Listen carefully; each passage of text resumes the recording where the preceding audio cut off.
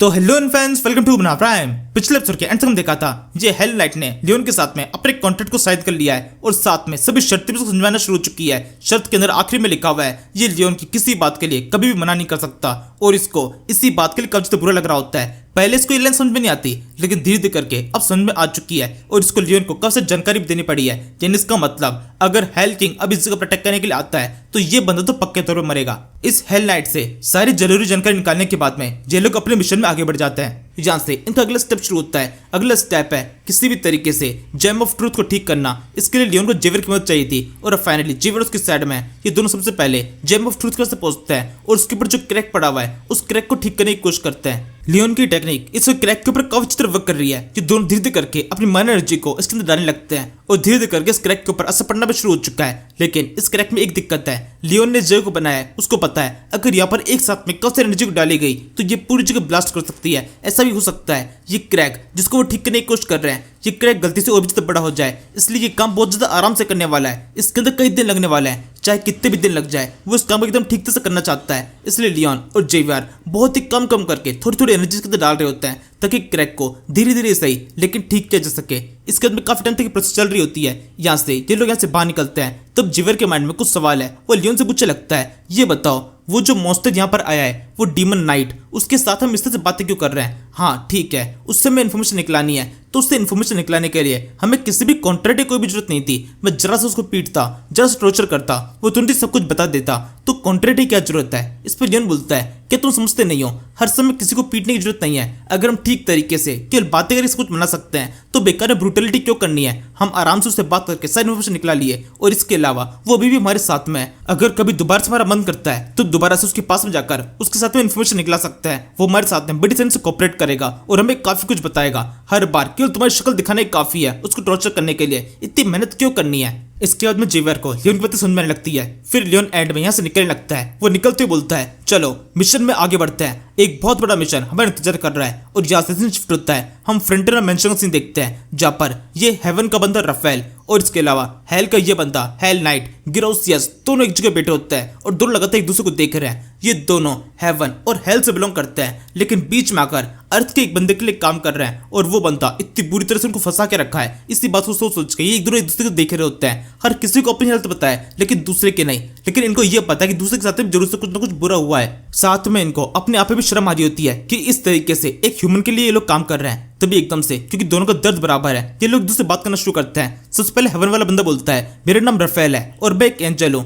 तभी hello night बोलता है मेरा नाम गिरोसियस है और मैं एक हेल वर्कर हूँ, तुमसे मिलकर बहुत अच्छा लगा। इसके बाद में पता चलता है ये दोनों एक दूसरे को पहले से जानते हैं। राफेल कहने लगता है मैंने तुमको 3 साल पहले एक लेटर भेजा था लेकिन तुमने अभी तक उसका रिप्लाई नहीं किया। इस पर गिरोसियस बोलता है हाँ बिल्कुल, मैं रिप्लाई करना भूल गया था लेकिन जल्दी रिप्लाई कर दूंगा, मुझे माफ कर दो। फिर वो आगे बोलता है असल में मैं एक डीमन हूँ और इसलिए इस ज्यादा सिंसियर नहीं हूँ, मेरे अंदर सिंसियरिटी नहीं, मेरे को अगर कोई मैसेज आता है तो मैं अक्सर उसको देखना ही भूल जाता हूँ। इस पर राफेल बोलता है हाँ कभी कभी ऐसा होता है, हमारे पास काफी सारे काम होते हैं इसी वजह से ये सब कुछ भूल जाते हैं। और वैसे भी एक डीमन से भी ज्यादा उम्मीद नहीं लगाता, मुझे पता था तुम भूल जाओगे। और वैसे भी तुम्हारे पास में तो काम भी बहुत ज्यादा है, मुझे पता है डीमन से कितना ज्यादा काम कराया जाता है, तुम लोग 24-24 घंटे तक काम करते हो, तुम लोग बहुत मेहनती हो। इस पे हेल नाइट बोलता है हाँ बिल्कुल, मुझे तुम्हारे बारे में ये सब कुछ पता चला कि एंजल्स भी बहुत काम करते हैं, काफी सारा अच्छा काम करते हैं और उनको उसके लिए रेस्पेक्ट भी मिलती है, इस वजह से मैं तुम्हारी भी काफी ज्यादा रेस्पेक्ट करता हूँ। इस तरीके से दोनों एक दूसरे से हाथ मिलाते हैं, बातें करते करते दोनों के बीच में एक अच्छी दोस्ती हो चुकी है। तभी लियोन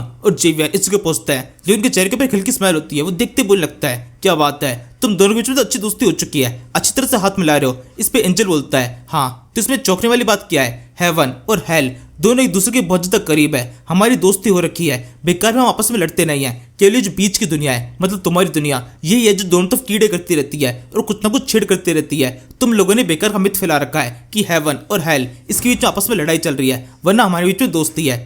लियोन कहता है ये सब तो मैं पहले से जानता हूँ, चलो अब सीधे काम की बात शुरू करते हैं। राफेल कहता है काम की बात, अब तुम बताओ तुम्हें मुझसे किस तरह काम है? इस पर लियोन बताने लगता है तुम्हें पता चल चुका होगा कि जो हेल किंग है वो कुछ टाइम के अंदर यहाँ पर हम पर अटैक करने के लिए आने वाला है, वो यहाँ पर इन्वेड करेगा और मेरी पूरी सिटी को नष्ट करने की कोशिश करेगा। इस पर राफेल बोलता है कि सच में ऐसा कुछ होने वाला है, हेल किंग ऐसा करने वाला है, ये तो पूरी तरीके से नियमों के विरुद्ध है। तो फिर ठीक है, मैं इसके बारे में जल्दी हेवन के अंदर बात करता हूँ। और इसके साथ में वो हेवन में बात करने की कोशिश करता है। वो कहने लगता है हेवन क्या तुम मेरी बात को सुन रहे हो, हेल किंग जल्दी इस जगह पर अटैक करने के लिए आने वाला है। इस पर लियोन कहने लगता है हाँ सच में, जाओ जाकर हेवन में बात करो। राफेल बोलता है हाँ मेरी बात हो चुकी है, लियोन कहता है कहाँ बात हुई, तुम यहाँ पर खड़े खड़े बस डायरेक्टली बोल रहे थे, क्या उन्होंने तुम्हारी बात सुनी भी है? उनकी तरफ से तो कुछ भी रिस्पॉन्स नहीं आया। इस पर राफेल बोलता है वो इसलिए नहीं आया क्योंकि मैं इस जगह पर अपनी सजा को भुगत रहा हूँ, मैं कोई यहाँ पर मौज मस्ती नहीं कर रहा, वो मेरी बात के ऊपर ज्यादा फोकस करने वाले नहीं है। इस पर लियोन कहता है यानी इसका मतलब मैं किसी के ऊपर भी डिपेंड नहीं हो सकता हूँ, ऐसा हो सकता है वो लोग तुम्हारी बात बिल्कुल फोकस ना करें और हमारी किसी भी तरह से कोई मदद भी ना करें। राफेल कहता है हाँ बिल्कुल, तुमने बिल्कुल ठीक कहा, ऐसा हो सकता है वो मेरी बात को बिल्कुल फोकस ना करें,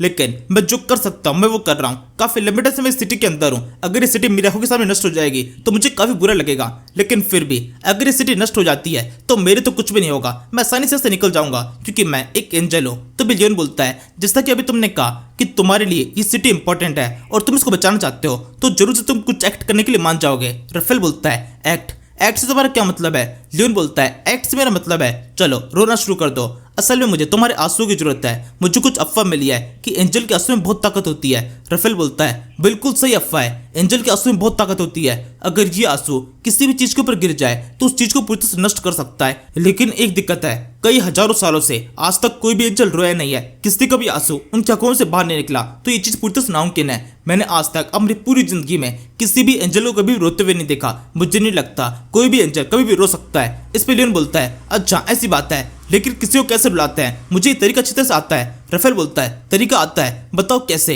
ये सुनने के साथ में लियोन तुरंत ही उस आंखों में काफी सारी सैंड मार देता है और इसी के साथ में राफेल चिल्लाना शुरू कर देता है। वो लियोन से कहता है ये किस तरह की हरकत है, तुमने ये क्या किया? तुम इस तरीके से एक एंजल की आंखों में सैंड नहीं फेंक सकते, उसको रुलाने का ये बहुत ज्यादा गलत तरीका है। लियोन कहता है कोई फर्क नहीं पड़ता कौन सा तरीका है, तुम्हारी आंखों से आंसू बह रहे हैं और मेरे लिए वही इंपॉर्टेंट है। इसी के साथ में एंजल की आंखों से काफी सारे आंसू बह भी रहे होते हैं और बह के जिन पे गिरने लगता है, लेकिन लियोन जिन पे गिरने से पहले ही उनको एक बोतल में कैच कर लेता है और उससे कहने लगता है ये मत करो, अगर ये आंसू यहाँ पे जिन पे गिर जाते हैं तो यहाँ की जमीन नष्ट हो जाएगी और मैं ऐसा बिल्कुल भी होने नहीं देना चाहता हूँ, मैं चाहता हूँ तुम्हारे सारे आंसू इस बोतल में कैद हो जाए। इस पर राफेल बोलता है ये तुम क्या कह रहे हो, अपने आंसू के ऊपर मैं कैसे कंट्रोल कर सकता हूँ कि वो किस जगह पे जाके गिरेंगे, अब मैं पहली बार रो रहा हूँ, मुझे इस चीज का बिल्कुल भी एक्सपीरियंस नहीं है। ये कहते हुए राफेल रोता जाता है, उसके आंखों से आंसू बहते जाते हैं और लियोन यही करके हर एक बूंद को उस बोतल के अंदर कलेक्ट कर लेता है। ये सब कुछ ये हेल नाइट गोरिसिस देख रहा होता है और देख के चौंक जाता है कि ये ह्यूमन किस तरीके का है, एक एंजल की आंखों में इस तरह सैंड फेंक दी और अब उसके आंसू को इकट्ठा कर रहा है। उसके आंसू को इकट्ठा करने के लिए उसने इतनी बड़ी हिमाकत कर दी एक ऐसे बंदे के साथ में जो कि एक सेकंड के अंदर उसको खत्म कर सकता है। इस बंदे की ताकत तो कुछ अजीब सी है, इसका दिमाग कुछ अलग ही तरह से चलता है और जब मेरे साथ भी ऐसा ही कुछ करने वाला है, मैं अभी भी इस जगह पर आया हूँ और ये अपना असली चेहरा मुझे दिखा चुका है, लेकिन कुछ ही टाइम के अंदर